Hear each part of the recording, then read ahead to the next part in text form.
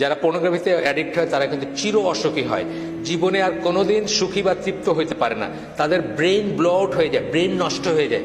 এটা নিয়ে কথা অনেক লেখালেখি হয়েছে, তাদের ব্রেনটা আর স্বাভাবিকভাবে ফাংশন করতে পারে না, চিন্তা করতে পারে না।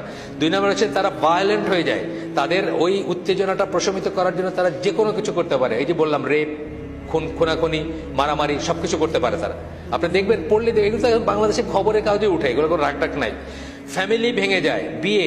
পর্নোগ্রাফিতে আপনার 5 মিনিটের একটা ইসের ভিতর যত কিছু এই সমস্ত জিনিসগুলো বাস্তব জীবনে কোনোদিন হয় না। বাস্তবে বউ এইভাবে বিহেভ করে না, একটা পর্নোস্টার যেভাবে বিহেভ করে এইভাবে করে না।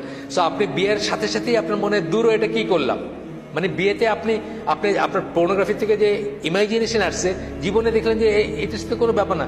বাস্তবে একটা যদি আমাদের স্বাভাবিক মুসলিম বিয়ে হয়, যারা একে অপরের সাথে মেলামেশা করে নাই আগে, কেউ কাউকে চিনে না, অ্যারেঞ্জ ম্যারেঞ্জ ফ্যামিলির থ্রুতে বিয়ে হয়েছে, তাদের 1 মাস 2 মাস 6 মাস লাগতে পারে অ্যাডজাস্ট করতে। অথচ আপনি পর্নোগ্রাফিতে কি দেখতেছেন, 6 মিনিটের ভিতরে জীবনের সব স্বাদ নেওয়া শেষ, তাই না? তা আপনার কাছে তখন হাইসেন না, কথা সত্যি না? তা আপনার কাছে তখন মনে হচ্ছে দূরে, এটা কি, এটাতে কোনো উত্তেজনাই নাই, কোনো কিক নাই, কোনো আবেগ নাই, কোনো নাই, কোনো প্লেজার নাই, কোনো এরকম মনে হবে আপনার বিয়েতে কোনোদিন।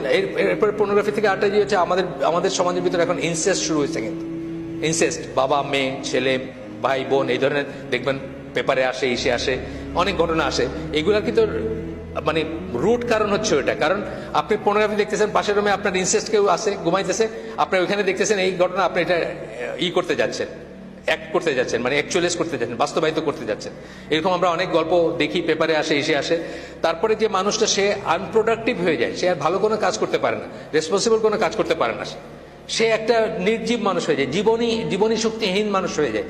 Over long period of time বদমেজাজি একটা বাজে লোক হয়ে যায় এবং পারভার্ট হয়ে যায়। পারভার্ট মানে বিকৃতি।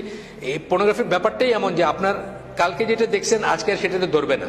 এটা একটা নেশার মতো ব্যাপার, মানে কালকে আপনি একটা সিগারেট খেয়ে হয়তো আজকে 2টা, তারপর 3টা, তারপর 10টা, তারপর 2 প্যাকেট, বুঝছেন না? মানে এটা বাড়তেই থাকবে উত্তর, এবং একসময় দেখবেন যে আপনার কিছুতেই কিছু হচ্ছে না।